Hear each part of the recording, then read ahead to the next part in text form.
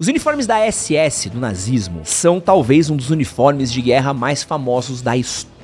São tão famosos que eles são referenciados em filmes e obras até hoje, como é o caso de Star Wars, que tem claras referências aí à SS, e filmes como Tropas Estelares e diversas outras obras da cultura pop fazem referência aí aos uniformes pretos icônicos da SS. Porém, muitas pessoas atribuem a Hugo Boss o design dessas roupas e até mesmo chamam ele de ser o alfaiate de Hitler. Mas será que isso é verdade? O Hugo Boss, ele era filho de dois trabalhadores da indústria têxtil e ele nasceu numa cidade que chama Metzingen, que fica no sul da Alemanha. E ele cresceu no meio da tecelagem. Aos 18 anos ele entrou pro exército e ele trabalhou em diversas fábricas de roupas pela Alemanha. Os pais dele trabalhavam com roupas íntimas e aos 23 anos de idade ele assumiu o negócio dos pais e começou a carreira dele trabalhando com roupas. Ele foi pra guerra, pra Primeira Guerra Mundial em 1914 e quando ele voltou da guerra, ele abriu o próprio negócio dele, que ia fazer confecção de roupas. E ele trabalhava para o governo alemão. Ele produzia roupas para correio, para coleta de lixo, para polícia de trânsito, entre outras. E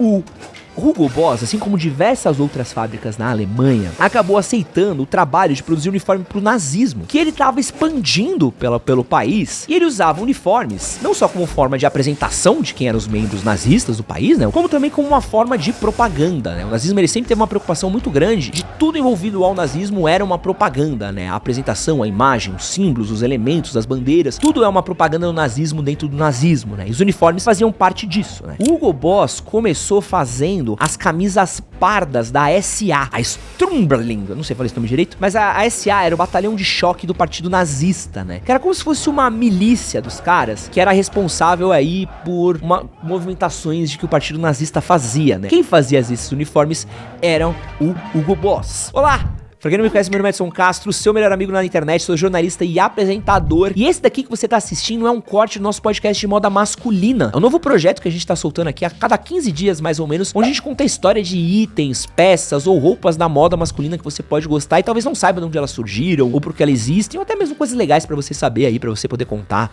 um dia entre amigos e tudo mais. Se você quiser assistir o episódio completo, a gente vai deixar ele na descrição do vídeo, no primeiro comentário fixado e no izinho aqui em cima pra você assistir o nosso podcast completo também, tá?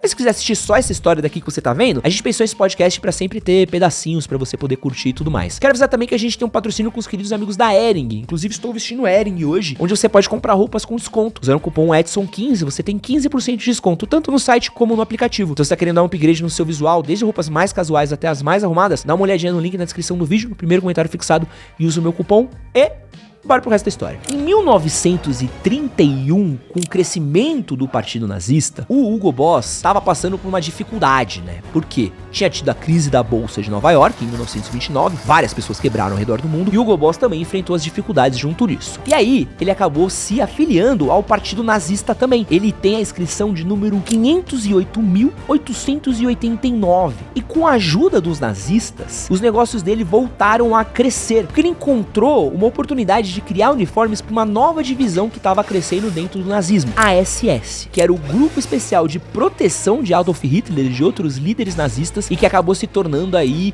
uma das linhas mais ferrenhas do nazismo, né? Quem cuidava da SS na época era o Himmler, né? E os primeiros uniformes da SS eram aqueles uniformes pardos, né? Que era igualzinho da SA. Diz a história que o Himmler, quando eles tentaram fazer o putsch na Alemanha, ele acabou fugindo, foi pra um galpão e ele acabou encontrando diversos uniformes pardos, né? Que eles eram usados na África, se eu não me engano, que ele acabou aproveitando esses uniformes, essas camisas pardas que estavam lá paradas e acabaram usando elas como parte do uniforme das tropas deles, né? Porém, como eles tinham essa preocupação muito grande de design, de apresentação, de elementos, ele começou a colocar cor preta nos uniformes, ele começou a tentar trazer um pouco mais de estética pra fazer isso. E quem foi que ele chamou pra fazer essa estética? Não foi o Hugo Boss, que nem muitas pessoas pensam. Na verdade, quem foi que criou o uniforme da SS foi um mano chamado Karl Dieberich. É tudo nome alemão, velho. O Karl Dieberich, ele foi um projetista da área de cerâmica e ele foi o cara responsável por fazer várias indumentárias da SS. Então, ele fez várias insígnias das patentes de forças e ele fez vários dos desenhos do uniforme. Quem ajudou ele também foi um mano chamado Walter Heck, que era um cara que ele era desenhista e designer, que foi o cara que criou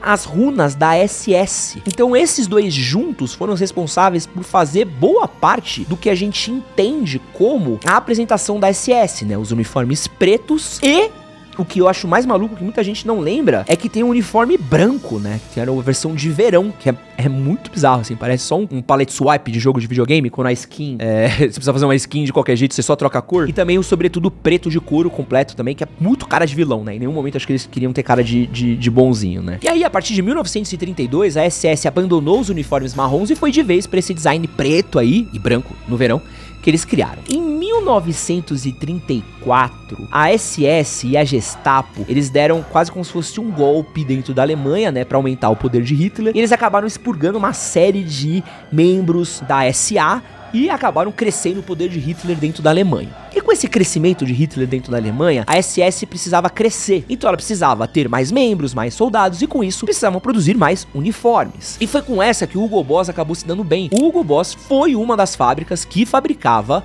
roupas para SS, né? Então a Hugo Boss nunca foi uma fábrica muito grande durante a Segunda Guerra Mundial, né? Mas eles cresceram por causa da Segunda Guerra Mundial. Então, antes dos nazistas, o Hugo Boss tinha 30 funcionários. Depois dos nazistas, o Hugo Boss chegou a ter 300 funcionários. Porém, desses 300 funcionários do Hugo Boss, 140 deles eram costureiras polonesas que foram trazidas para fazer trabalho forçado, e eles ainda tinham 40 prisioneiros de guerra franceses. Todos esses que em determinado momento foram colocados num campo de concentração, né, que teve ali perto da fábrica do Hugo Boss, em condições completamente precarizadas. Mas a real é que diversos donos de fábricas têxteis da Alemanha entraram no mesmo esforço que o Hugo Boss teve, né? Então não é como se eles tivessem muito uma escolha, porém o Hugo Boss, ele era sim simpatizante do nazismo, né? Não é como se ele, meu Deus, não gosto, não quero. Não, ele se aproveitou, ele ganhou dinheiro, ele fez parte do esforço, mas isso era uma coisa que aconteceu com diversas fábricas da Alemanha, das pequenas até as médias. Quando a fábrica foi capturada pelos aliados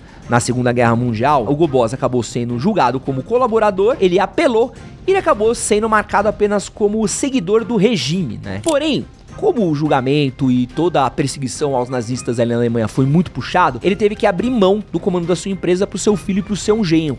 E pouco tempo depois do fim da Segunda Guerra Mundial, ele acabou morrendo, né? Ele morreu em 1948 por causa de um abscesso dentário. Pouco tempo depois, a Hugo Boss reabriu a sua fábrica, né? Voltou a fazer uniformes, só que dessa vez pro exército francês. E a partir de 1950, eles começaram a produzir ternos de alta costura e acabou se tornando a marca que a gente conhece hoje. Então a Hugo Boss, ela não criou os uniformes, mas ela participou sim da produção de uniformes para nazistas. E o Hugo Boss, ele era sim um cara entusiasta do nazismo, né? Porém, a própria Hugo Boss, com o passar do tempo, ela ficou muito incomodada com essa fama que a Boss tinha, e eles fizeram um esforço que eles contrataram um pesquisador que soltou um livro falando sobre a relação do Hugo Boss com os nazistas, né? Eles contrataram um mano que chama Rommel Kester, e ele explicou exatamente como era a dinâmica das fábricas do Hugo Boss, qual que era a relação do Hugo Boss com o nazismo, como foi feito tudo isso, explicou que o Hugo Boss não era o alfaiate de Hitler, como muita gente dizia, né? O alfaiate de Hitler era outra pessoa, e também deixou claro que várias outras fábricas também faziam no mesmo esforço que a Hugo Boss fazia, apesar de sim ele ter ligações com o nazismo. E mesmo hoje em dia, né, a Hugo Boss, ela não tem mais nenhuma ligação com a família do Boss, né? Então hoje é uma empresa já que já foi comprada, já tem acionistas, já tem outra coisa, e a família do Hugo Boss não está mais no comando da empresa. Se você acha que foi o Hugo Boss que criou o design da SS, se você acha que o Hugo Boss era o alfaiate de Hitler, essa foi uma história aí que foi contada pela metade pra você. Aproveita que você chegou até aqui, não esquece de assistir o nosso episódio completo que vai estar aqui do lado, não esquece de se inscrever no canal também, curtir, compartilhar, e é nóis, valeu!